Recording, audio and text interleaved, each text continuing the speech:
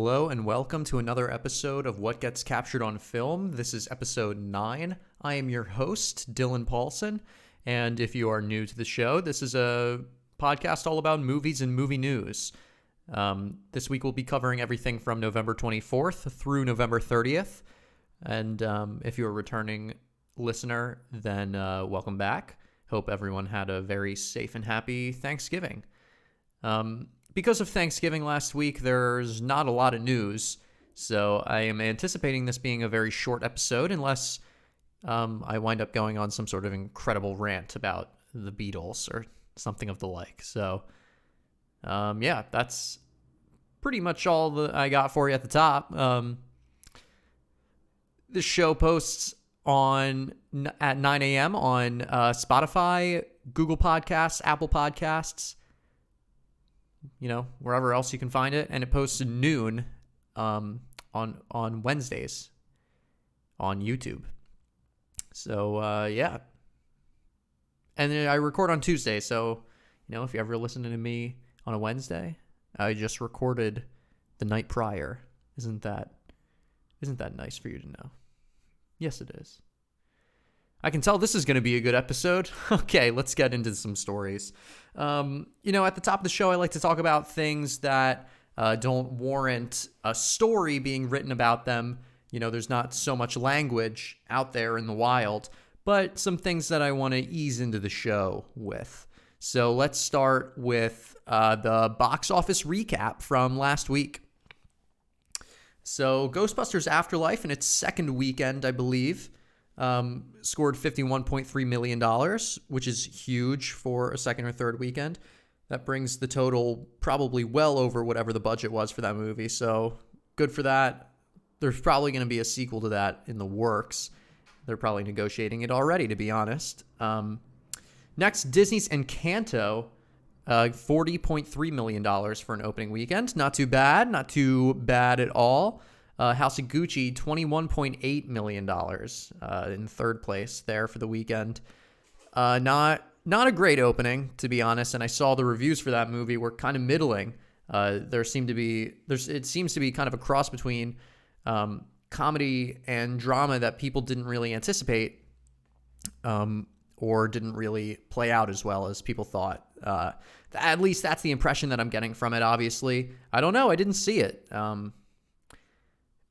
I hate making excuses for why I didn't go to the movies, but I'm currently paying off a car accident that I got into a few weeks ago, so I don't really have too much expendable income outside of that. So I'm doing a bunch of watching movies on Netflix, watching shows on Netflix, trying to keep up with things through streaming in that way, but yeah, can't warrant going to the movies, especially that it gets dark out earlier, and I can't drive in the dark thanks to the stop sign that I hit. Thank you, stop sign. Okay, in fourth place for the weekend was Licorice Pizza, the Paul Thomas Anderson directed movie starring, I think Bradley Cooper's in it, but also Philip Seymour Hoffman's son is in it in his acting debut, which is very interesting. It opened limited release in 4 theaters, only 4 theaters this weekend, $84,000, which is averages. It was $84,000 per theater. There wasn't an exact number that I could find, but in 4 theaters, $84,000. That's about $336,000. So $336,000 before the movie even goes on wide release, and the budget for that movie is not going to be very large. So it's great. It's great. It's a good sign for the movie. Even though it doesn't sound like a lot of money, it's only in 4 theaters. It's great. It's really good. And just a reminder that the movie goes into wide release on Christmas Day this year, December 25th. Next we have King Richard, $11.4 million in the first 10 days, which is not good. That movie is also getting kind of middling reviews. It's a shame. I wanted that movie to be good. I want Will Smith to have a hit again. I want him to be at the top of the food chain. I miss those days. I miss the early 2000s when Will Smith was all the rage, and he would put out a song. Right, I think this happened with Men in Black and Men in Black 2. He made a song that would be number one in the charts, and his movie that he starred in and probably produced as well was number one in the box office. I mean, I do miss those days. I like Will Smith a lot. So I don't love that, King Richard. It's about Selena Williams, her coach, played by Will Smith. And then next we have Resident Evil: Welcome to Raccoon City, $8.8 million in its 5-day release. It released on a Wednesday, same day as House of Gucci. Released on Wednesday or Thursday, actually. It was probably Wednesday night, like Wednesday at midnight or whatever. But yeah, $8.8 million. Not great. I imagine the budget for that movie is probably higher than that. But for a movie that didn't have a huge marketing budget and looked pretty bad from the trailer, to be honest, did not look good. $8.8 million, I don't know what more they could have wanted if the marketing budget wasn't that big. I mean, no one was talking about this movie when it came out. I feel like I'm the only one that was talking about this movie. And it was only because I saw the trailer, and the trailer was bad. So, I don't know. I would be interested to see a sequel where they do it better, but, who knows. So, yeah, that's the box office rundown. Ghostbusters Afterlife is the clear winner up there. So, yeah. Okay, next thing that I wanted to talk about was that, speaking of the Beatles, we're going to be doing some more Beatles talk later, but there was a first look. I have a link here. Let me go to it. Yeah, Deadline has a first look. I don't know if it's exclusive to them. It doesn't seem like it is, but they have a first look at the Beatles in the movie about the Beatles manager. What's his name? Brian Epstein, I think. Yeah. Brian Epstein. The Beatles' longtime manager who died, and then his death would eventually lead to the breaking up of the famous band. So what we have here in the first look is a few pictures of the actors playing the Beatles in what seems like a recording session. And we know the people who are going to play each of the members of the Beatles, including Jonah Lees, who's going to play John Lennon, musician Blake Richardson will play Paul McCartney, Leo Harvey Elledge will play George Harrison, and Campbell Wallace will play Ringo Starr. I have not heard of any of those four people, to be honest. Blah, blah, blah, blah, blah. Jay Leno is going to play Ed Sullivan. Jacob Fortune Lloyd, and Deadline credits him for an actor in The Queen's Gambit. I don't know who he is off the top of my head, but I did watch the show. Is going to play the titular Brian Epstein. Let me look up Jacob Fortune Lloyd. Oh, yeah, I think he was one of Anya Taylor-Joy, Jacob Fortune Lloyd. Funny how that works out. One of the love interests in the show. Yeah. If I remember correctly. His face does look familiar. Yeah, so that's that. The picture of the actors in the recording studio, it looks bad. It looks way off base. I think what they were trying to do with this first look was try to capitalize on the Beatles' Get Back, which also released this week. But I think with the negative of releasing a first look the same week that the Beatles' Get Back, that documentary, released, is that people know exactly what the Beatles look like. If they didn't already, they do now, because that thing is on Disney Plus, and this picture of the Beatles, of the supposed Beatles, the prospective Beatles, just looks way off base. But I don't know what kind of recreation they're going for. I'm only judging the movie based on, two pictures that I see and a few castings that I don't really know. This movie kind of seems to be a little budget, considering there's no one that I really know. I mean, the biggest name is Jacob Fortune Lloyd from The Queen's Gambit, and no one even knows who he is. He's not even a name. So I don't know where the budget for this Beatles movie is coming from. It's going to be called Midas Man. I just don't know. I think this movie's going to come and go just like yesterday. that movie about that guy that wakes up and realizes that no one knows who the Beatles are, so he decides to get famous off the Beatles, and then he meets John Lennon later on in the movie. I think that this movie is just going to come and go, just like that one. And I only think people are going to pay attention to it because people like the Beatles, but even the people that like the Beatles are kind of waning. And we'll talk about that in a sec. Nightmare Alley also had a first look. I think I saw it on Deadline. I kind of forget. But I don't care about that movie so much because we already saw the trailer. So that was the first look, I think. But yeah, there were like 10 pictures of the set and a couple of actors, Bradley Cooper and Cate Blanchett, I think, who's the actress in it, that there's just some pictures up there of them in costume and on set. And yeah, I don't really care to look at it, though, and make any sort of judgment on it. If you want to hear what I thought, go back a few episodes when the Nightmare Alley trailer was released. We might have even talked about that last episode. I kind of forget.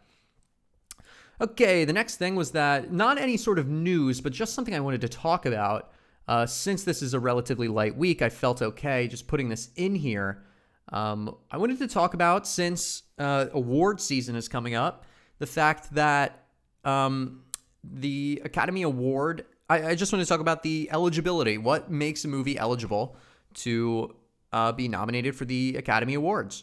So every year I do this. I started doing this a few years ago, was that I would go into the rules, and there's like I don't know, I just wind up Googling this every year, and I just wind up finding it on the Oscars.org, is that they have a PDF of the rules that they send out to production companies, and it's just posted on their webpage, Oscars.org, that lists all the rules that can qualify a film for being represented in the awards ceremony. So I just want to read a few of them just to show what makes a film eligible, because I find it very interesting, to be honest. So, at the top it just says, we go through definitions. What is an award? What are the awards that are up for? There are a few awards that are not given every year. Original score, original song, original musical, obviously not given every year. Original musical hasn't been given out in years. That was back in the day when musicals were a dime a dozen. They are not anymore, but they might be soon again. So who knows about that one? Some specialty things. Okay, so the big thing here, Rule 2, and this is in big, bold print. It says, due to global pandemic caused by coronavirus/COVID-19, all matters of rules and eligibility for the 94th Academy Awards are subject to change based on national guidelines, state-mandated government orders, and Academy-determined best practices. So, yeah, I mean, that makes total sense, and it'll make even more sense as I keep reading, so let me just keep reading.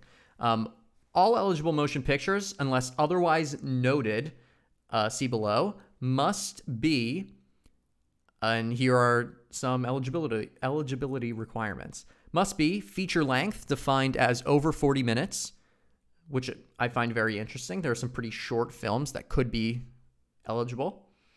It must be publicly exhibited by means of 35 millimeter or 70 millimeter film, or in a 24 or 48 frame progressive scan digital cinema format with a minimum projector resolution of 2048 by 1080 pixels, source image format conforming. Okay, then it gives a bunch of technical jargon. If you're interested, you can definitely read it, but blah, blah, blah, some specifications. There's some audio specifications, 5.1, 7.1 channels, discrete audio, non-mono configuration. So if a movie is presented in only monorail, then it cannot be eligible. It needs to be stereo, blah, blah, blah. Okay, so all eligible motion pictures must be for paid admission in a commercial motion picture theater in Los Angeles County. That was a rule that I found quite interesting. If a movie is not presented in a theater in Los Angeles County, until COVID, they changed the rules a little bit, then it was not eligible. Found that really interesting. We'll get into that in a sec. All eligible motion pictures must be have a theatrical qualifying run of at least 7 consecutive days in the same commercial motion picture theater, during which period screenings must occur at least 3 times daily with at least one screening between 6 p.m. and 10 p.m. daily. So in that Los Angeles County theater, qualifying theater, they need to have, over the course of 1 week, 7 consecutive days, there must be at least 3 shows in a day, and one of those shows in a day has to occur between 6 p.m. and 10 p.m. Has to start between 6 p.m. and 10 p.m. Isn't that interesting? I don't know what else to say about that, but I find that very interesting. The movie also must be advertised and exploited during their Los Angeles County theatrical qualifying run in a manner normal and customary to theatrical feature distribution practices, and released within the awards year deadlines specified in Rule 3, which I will read right now. So that just means, whatever advertisement, you can't advertise a movie after it's over. You can't advertise a movie before it's out. It wouldn't necessarily disqualify the movie, but it just would do nothing. It wouldn't help. Let's skip to Rule 3, is that the required Los Angeles County qualifying run must begin on March 1st, 2021 and end December 31st, 2021. Now, I want to stop here. Brief moment, because this is not necessarily normal to go from March to December. And the reason why this is happening is because last year, 2020, so every year there's an award ceremony, and the award ceremony is for the movies released in the previous year. So this upcoming award show will be in 2022, but it will be for the movies in 2021. Kind of confusing, but so for the Oscars ceremony that took place in 2021, but for the movies of 2020, because Los Angeles County movie theaters were shut down because of COVID, they lengthened the Los Angeles County movie theater qualifying run. So the Oscars last year was the qualifying run was from January 1st, 2020 to February 28th, 2021.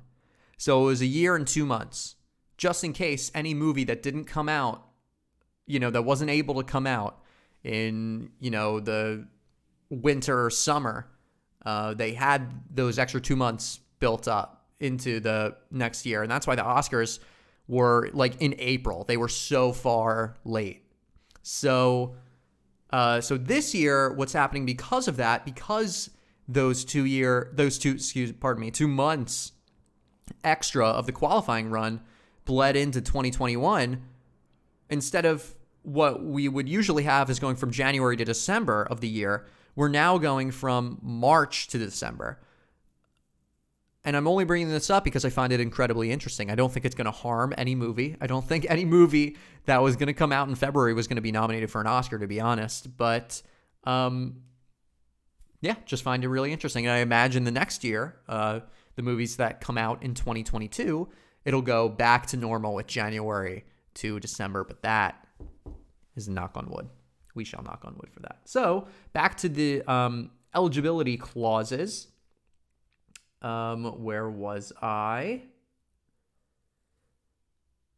So all movies, with the gradual reopening of theaters, there are 2 methods of qualification for awards consideration in Best Picture and General Entry categories for the 94th Academy Awards.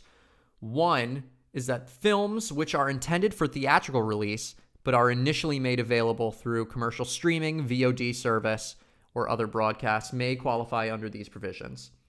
That the film be made available on the Secure Academy Screening Room member site within 60 days of the film's streaming/VOD release or broadcast. We'll touch on that in a sec. That it meets all other eligibility requirements. So if a movie begins streaming, so this doesn't typically happen. Is that a movie that is eligible or is going to be nominated for Oscars, an Oscar bait type movie? The production company will usually spend the money to get that movie in theaters. And what comes to mind is Marriage Story and The Irishman from 2019 is that these movies were both Netflix originals, but even though they debuted on streaming, they actually had a very limited theatrical run. The Irishman's was bigger than Marriage Stories, but they had theatrical runs in Los Angeles County in these qualifying theaters, and that is how the movies were eligible for Oscar submissions. Not necessarily that they went through the what does it say here? The Academy Screening Room. So the Academy Screening Room is just a place for all.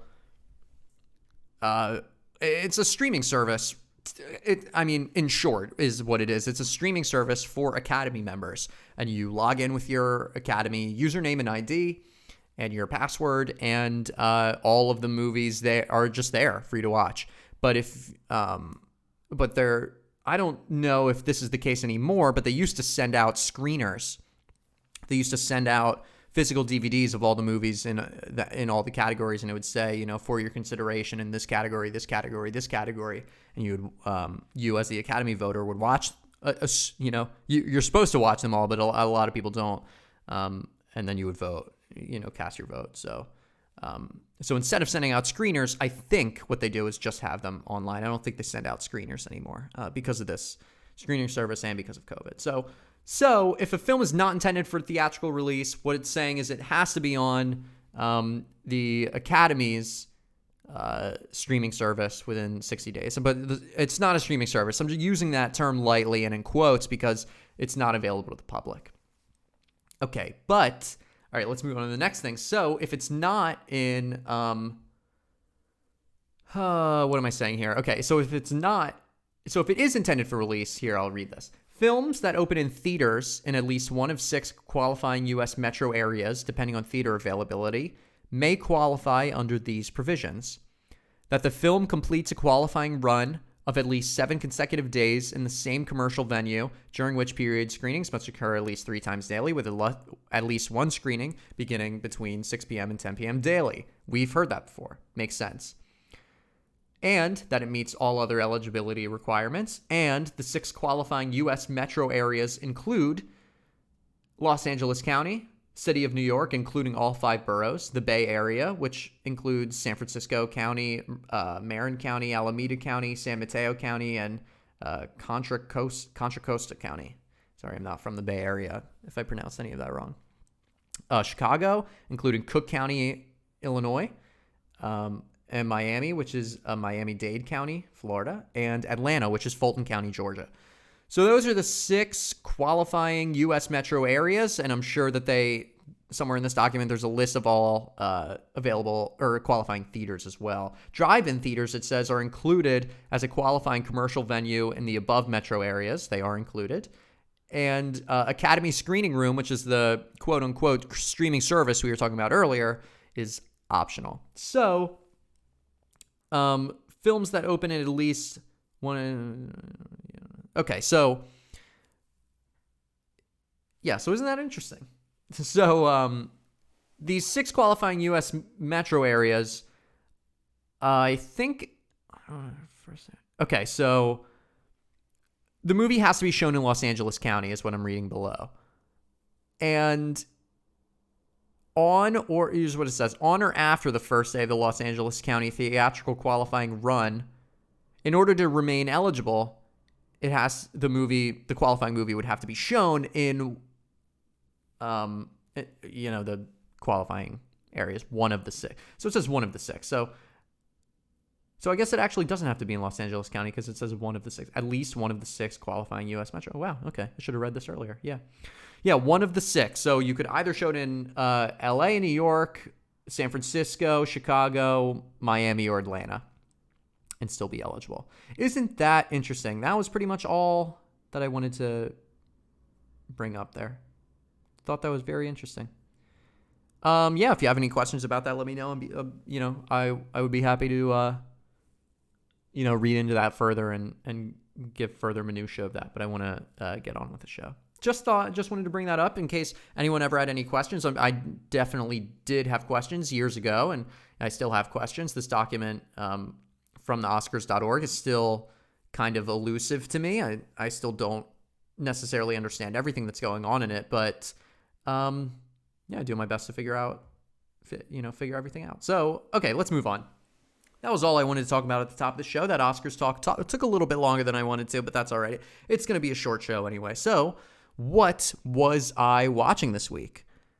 Well, the main thing is more Beatles talk. I watched The Beatles Get Back. I watched all 3 parts on Disney+. I don't know if this is allowed, but I started a trial of Disney Plus, and I intend on canceling it. I think they're going to charge me either way, but I figured I would try to cancel it before the first month went out and see if they actually wound up paying me or charging me. But either way, I don't mind paying the $8 or whatever to watch this. I'm going to just poke around and see if there's anything else there that piques my interest, but to be honest, I highly doubt it. So I watched all 3 parts of Beatles Get Back. The documentary was originally supposed to be one film, and it was supposed to be released in theaters. But due to COVID, Peter Jackson took a little bit longer editing the whole thing and wound up getting a lot longer, which is just classic Peter Jackson, making a movie that's way longer than it needs to be. And so what we have here, and the original, when the movie was split into 3 parts, part 1, part 2, part 3, it was marketed as a 6-hour movie that would be in 3 2-hour parts. But what we have here is the whole thing is probably closer to about 8 hours. Part 1 and part 3 are about 2.5 hours, and part 2 is about 3 hours. So 5, 8, yeah, it's about 8 hours. That's a lot of Beatles. So what I can say here is the first part has a lot of conflict. The second part has some resolution to that conflict, and a lot of conversations based around business decisions. The first part has some business decisions too, and the third part is a lot of jamming, a lot of music. You see a lot of songs get written, and you see the final live performance of the Beatles in its entirety, which is super cool. That whole sequence is awesome. So, what do I think about it? Well, in short, it's really good. I enjoyed the whole thing, but it's not. I wasn't glued to my chair. It wasn't this almighty Beatles documentary that I was hoping it would be. It is probably the best and most accurate depiction of the Beatles that we'll ever get, short of going back in time and meeting John Lennon. This is probably the most accurate way we'll ever see him. Especially this isn't a spoiler, but there's a secret conversation between John Lennon and Paul McCartney that really shows John Lennon as a person, as himself. His characteristics and his personality really come through in that conversation. That is probably the most clearly we'll ever get to see him. So it's remarkable that this footage exists. The quality of the restoration is immaculate. It really is. I was kind of taken aback a little bit when I was watching the first part, in the first 30 minutes, because not all of the audio matches up with the visuals all the time, and I was expecting it to match up, but it just kind of didn't, and that's just something to get used to. That if you see Paul McCartney singing in the background, but he's not the focus of the shot, just don't pay attention to him, because the audio is probably not going to match up. Pay attention to whatever's in focus, but even then, sometimes the dialogue doesn't match up with whoever's talking. But so that just kind of took me out of it for for a little bit, but I got used to it pretty quick, especially because it's an 8-hour film. So, yeah, so I was also taken aback at the length. I mean, I put it on expecting a 2-hour movie, and it was as long as it was. I was shocked. I was like, wow. But I was excited. You're gonna hear a few songs. You're gonna hear "Don't Let Me Down" 1,000 times. You're gonna hear "Get Back" 1,000 times. But it's good. It is really something special to see how these four gentlemen interact with each other in order to produce, this art that has stood the test of time as some of the greatest music of all time. And you see them kind of argue and bicker. They don't really get at each other's throats. They're all respectable to each other. So don't go into the movie expecting that. But they definitely have disagreements. And at the end of the third part, when they are all up on top of their studio together and they're playing their last show, it's something special. They're enjoying themselves. They're playing music that they've been rehearsing for the past month. It's something special. And I'm glad that it was captured on film. Hey, look at that. Look at that. Look at us. Look at that. And it really is remarkable. But, on the downside of the whole documentary, some negatives about it is that it's just really long. And I don't think that the whole thing was warranted to be that long. I think it would have been fine as a 6-hour movie. I think it would have been fine as a 4-hour movie. But the fact that all of that content is in there is good for Beatles mega fans. I am not a Beatles mega fan. I'm a fan of the Beatles. I like the music. But I don't pretend to know who wrote which song. And I don't pretend to know all the lyrics. I don't pretend to know intricate minutiae of the Beatles' history. I'm just a fan of a lot of their songs. I'm a casual Beatles fan. And for me, I think that this documentary it kind of showed me a little too much. I was just like overwhelmed by how long it was. And I think that is the ultimate deteriorating force about the documentary, is that it's so long that it's kind of unwieldy to be able to watch it as a casual Beatles person. It's kind of for, people that lived through this time period or maybe just missed the time period. But I'm thinking about, Disney, as I was trying to find the documentary on Disney's interface, their user interface, I couldn't find it. It wasn't being advertised anywhere. I didn't see a splash screen for it. The day it came out, on Thanksgiving Day, the day the first episode came out, I was looking through Disney Plus and I just couldn't find it. So I'm like, do they even care about this? There was really no fanfare outside of the Beatles YouTube channel. Like, no one's really talking about this unless it's happening. So what are they like? Why does Disney have this? I think this would have been better suited at Apple, on Apple TV, as a unique original. It doesn't really fit with Disney's MO, because they smoke and they curse. Like, throughout the whole movie, they're cursing up a storm. And there's just like this little thing at the beginning that says viewer discretion is advised. I'm happy that nothing is censored per se. We don't even know if something's censored. Something, absurd could have gotten cut out, but they curse pretty frequently. I don't think the movie was censored at all, but it still feels so out of place. Going through all these Disney movies, these Marvel movies, and we have an 8-hour Beatles documentary. I know National Geographic is on Disney Plus, but this doesn't fit in with that either. I just don't see where this fits in Disney Plus. And I don't think they do either, because they're not advertising it.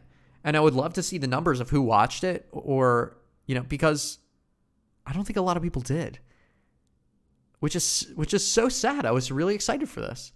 And it's not going to get any awards chatter because it's partway between a TV show and a documentary. And after I think it was called Made in America, the OJ story. It was like the what's the ESPN documentary thing called? Is it called 20 for 20? Let's just call it 20 for 20. That they produced like an 8-hour documentary about OJ Simpson, like his whole life in the trial and his second trial and conviction. And I watched the whole thing, but they aired it over 8 separate nights, I think, on HBO or on ESPN or something. It's called OJ Simpson Made in America, and it won the Oscar for Best Documentary. And it was really unceremonious afterwards because a lot of people were complaining about it, that this isn't a movie, right? Academy Awards is for movies. This is a TV show. This is a TV series. So the Academy has since changed the qualifications as to how long a documentary can be. And so I don't think that Get Back can qualify for any Oscars because of that. But, I don't know, I guess. So ultimately what I'm saying is that I don't know who this movie's for. It's for the hardcore of hardcore Beatles people, because I'm casual. I'm a casual Beatles person, and I'm rare for someone my age, in my 20s. People my age don't like the Beatles, So I don't know who this documentary is for. And I don't know why it's on Disney Plus, and I don't know why Disney Plus isn't advertising it. If they spend money, they paid Peter Jackson, right? He's not easy to get. This wasn't an easy documentary to get. It's the Beatles. But yeah. So I just don't know who this is for. But otherwise, it's good. I really liked it. But that was it. That's just what perplexed me, was the whole marketing campaign around it. The actual film I liked. Could have been a little shorter, but I liked it. I enjoyed my time with it. I loved the music, obviously. And very interesting to see all 4 of them interact together. It is a wonder that not a wonder. It is a blessing in a sense that we have this content. So I think that's all I want to say about that before I just go off into a rant again. So that was it. That was the only quote unquote movie that I watched. I guess you could call it a TV show. By Academy standards, I don't think it is a movie, but by my standards, it is. So other than that, I watched this week, casually watched Seinfeld. I watched Ozark season 1, which is great. I think I talked about it last week. I just really like where the show is going. I don't think every plot point. I think sometimes the show tries to be longer than it actually is. Like certain times, instead of going from point A to point C, they'll go from A to B to C when they didn't need to. They could have just gone straight to C, if that makes sense. They just kind of, make the plot longer to fit this hour-long time slot on Netflix, or, this 10-episode arc. And I don't think it needs to go in that direction all the time. Can't necessarily think of an example off the top of my head, but I remember watching the show and being like, why didn't they just do that in the first place? It didn't make any sense. It's like spend whole scenes talking about 20-minute scenes talking about things, and what should we do? What should we do? Like, you don't need to. You're just killing time, and I can tell. And it's annoying to watch, but that doesn't happen very often. Otherwise the show's immaculate. And I'm excited to start season 2. I'm going to start it this week, maybe tonight even. I love that show. And the other thing that I watched was a little bit of Tiger King season 2. I didn't watch the whole thing, but I was with my girlfriend Julia, and we were just watching, or we needed something to watch, so we just put on Tiger King season 2. And to be honest, I was really enjoying it. I was enjoying it. I previously watched Tiger King season 1 twice. I watched it more recently, within the past 6 months. So everything's pretty fresh in my brain about what happens and the minutia of all the characters. So that is the only thing that I think that season 2 didn't do well, was have a recap.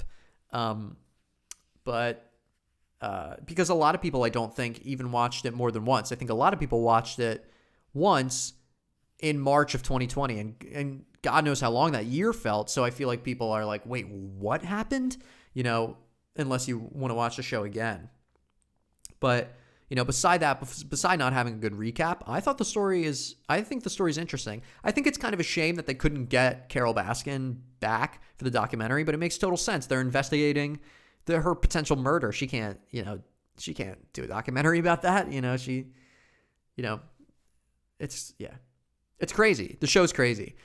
But I think that because season 2 goes more, and I haven't finished it. I've only 3 episodes in, I think, but because the show has now this extra time, these extra few episodes to go more in depth in certain places, I actually think it detracts from the quality and the allure of the original series, in that now we know so much more than we ever could have wanted to about Don Bluth. And I mean the audience, right? The people involved in this, like the sheriff and that's investigating Carol Baskin, and the detectives and the FBI, like, they know all this shit, but like, we as the audience didn't. And now that we do, it's like, we didn't really need to, I didn't need to know that. I don't know. Maybe that's just me.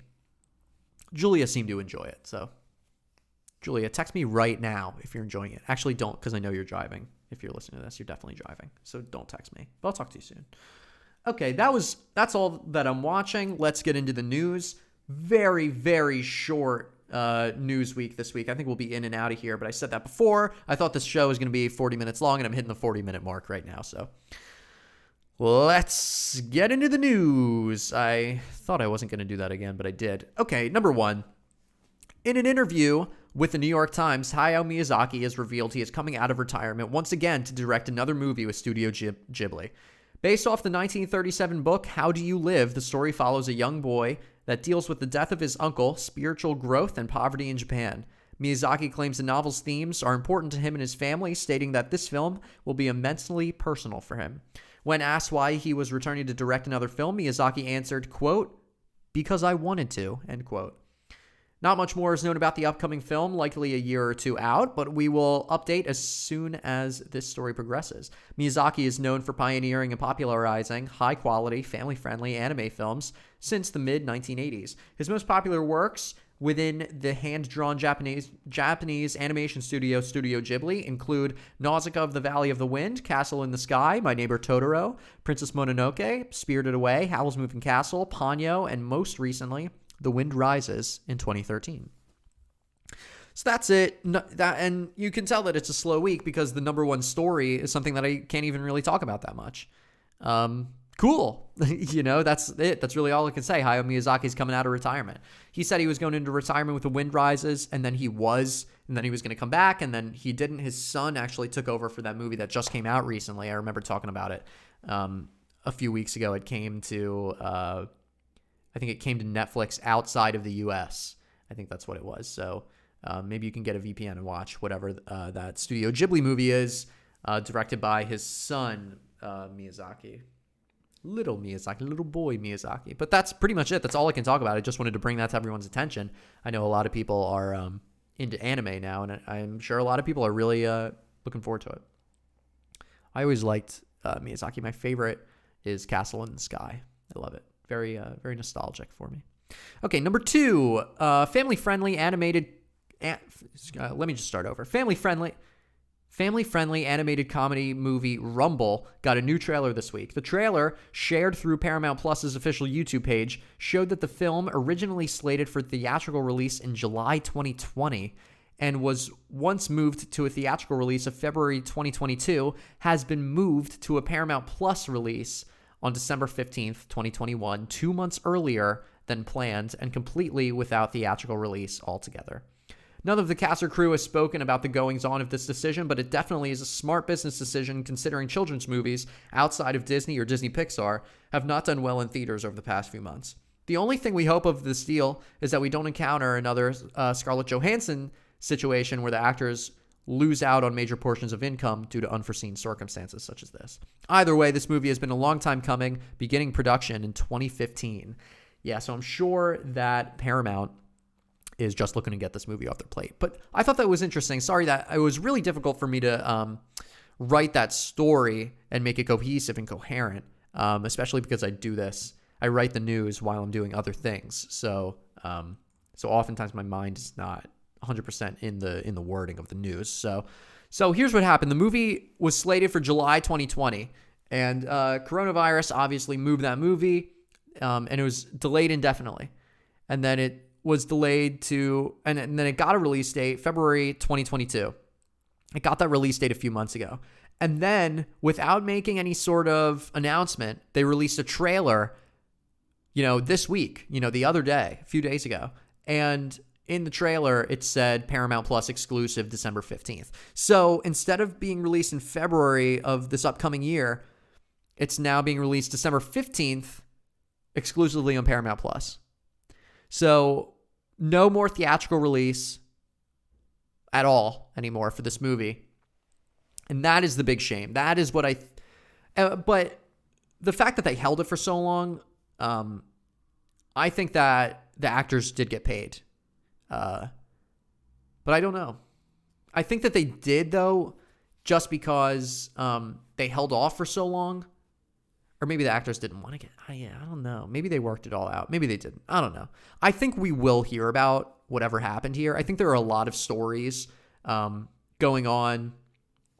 I think something will come out within the next few days. Maybe after this movie comes out, too. I think we'll hear something. Maybe as the actor. Will Arnett is the lead in the movie. So maybe when he's promoting it, if he is the one promoting it, then maybe we'll hear something. So I'll update there as that progresses. But that's the main thing I'm concerned of, is that did Will Arnett get paid? Because this movie was going to be a theatrical release for years. They had that plan since 2015, and they finally lose out on it, and it moves to Paramount Plus. It's a huge shame. Huge shame. And then number 3, upcoming musical heist film The Score got its first trailer this week. The film stars Will Poulter, Naomi Ackie, and Johnny Flynn, and is written and directed by Malachi Smith in his first major motion picture. I put that in italics. I'm sure he's directed other things, but not something that is this big. The film is about, quote, 2 small-time crooks drive to a secluded cafe for a big score, end quote, and will feature original music from Johnny Flynn. The Score had its initial showing on November 12th, 2021, and is still searching for distributors to acquire the rights for major release. Not a good sign. I don't think I'm going to watch this trailer, but I wanted to bring it up because it sounds really interesting, and Naomi Ackie is awesome. Great actress. But I don't think I'm going to watch this trailer right now. I to be honest, I don't really want to.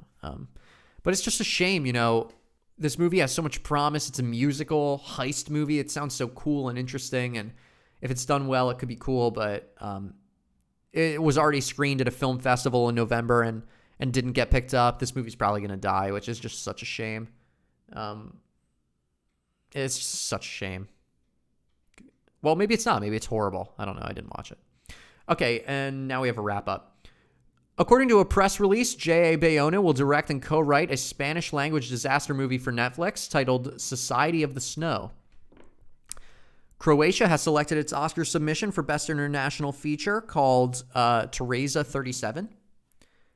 Like a Rolling Stone, the life and times of Ben Fong Torres is a documentary about Rolling Stone's freelancer Ben Fong Torres and has a new trailer this week shared from Deadline. Variety reports that Rust producer Ryan Donald Smith is co-producing an upcoming Dustin Hoffman and Sissy Spacek movie titled Sam and Kate. I think I talked about that last week. I forgot. Sing 2 got an extended commercial trailer during Macy's Day Parade. Channing Tatum tweeted an image of a new script titled Magic Mike's Last Dance from Reed Carolyn, directed by Steven Soderbergh, and tagged HBO Max.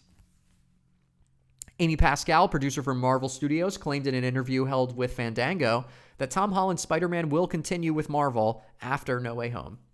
Hindi language sports drama 83 got a trailer this week. Slovakia has selected its Oscar submission for Best International Feature with 107 Mothers. Deadline reports that Alex Rivera is set to write and direct Zorro 2.0. Deadline reports that an adaptation for comic series The Recount will come from Peter Landesman.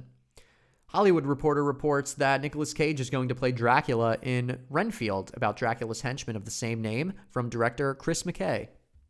Not to be confused with Adam McKay, who's doing Don't Look Up. That's the movie you care about. Deadline reports that Scary Stories to Tell in the Dark's director Andre Overdale is set to direct a movie called Tarot. Not much is known about that. Deadline reports that Calmatic is set to direct White Men Can't Jump remake from 20th Century. Netflix announced this week that they have partnered with Yahya Abdul-Mateen II and his newly founded production studio 1110. Netflix announced this week that due to Halle Berry's Bruised being so popular, they struck a multi-picture deal with her as a star and producer, but not director, strangely enough. The press release they sent out was star and producer, but it doesn't seem like she's going to direct another picture, which I find very interesting. Very interesting. Sorry for that voice crack. I didn't wind up watching Halle Berry's Bruised. It's still on Netflix. Maybe I'll get around to it this week. The reviews just absolutely slandered it, so I don't know if I would actually get around to it, but yeah, it's there, and Halle Berry, good for her, because that movie is so popular, is going to be attached to more stuff. So, all right, that is all the news.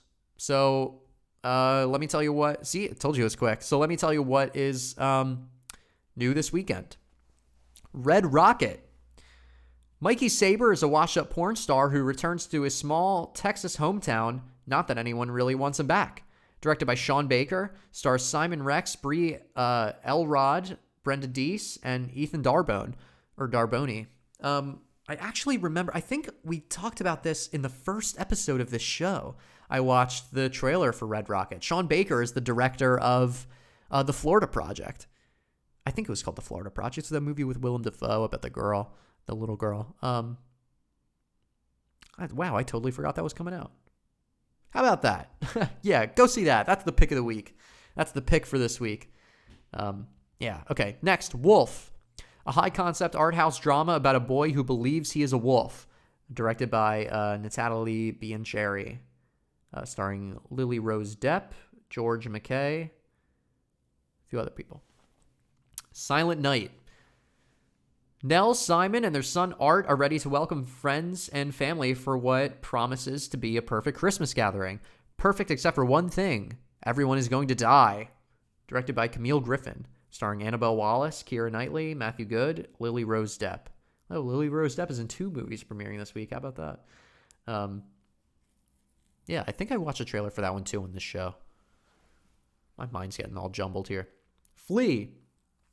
Flea tells the extraordinary true story of a man, Amin, on the verge of marriage who compels him to reveal his hidden past for the first time.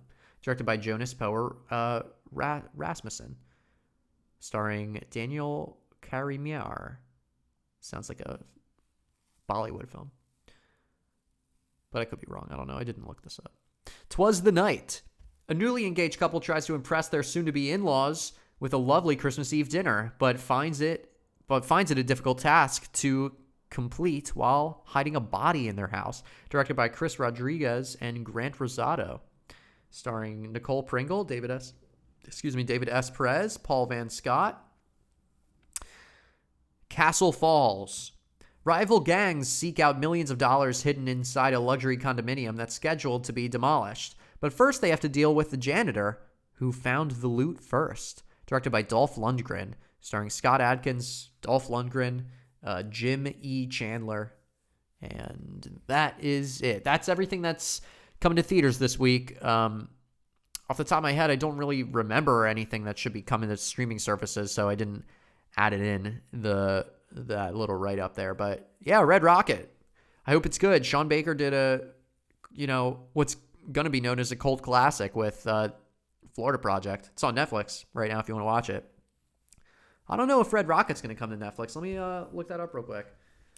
Something interesting. Red Rocket. No, I don't think it is. It does not. Yeah, it doesn't look like it.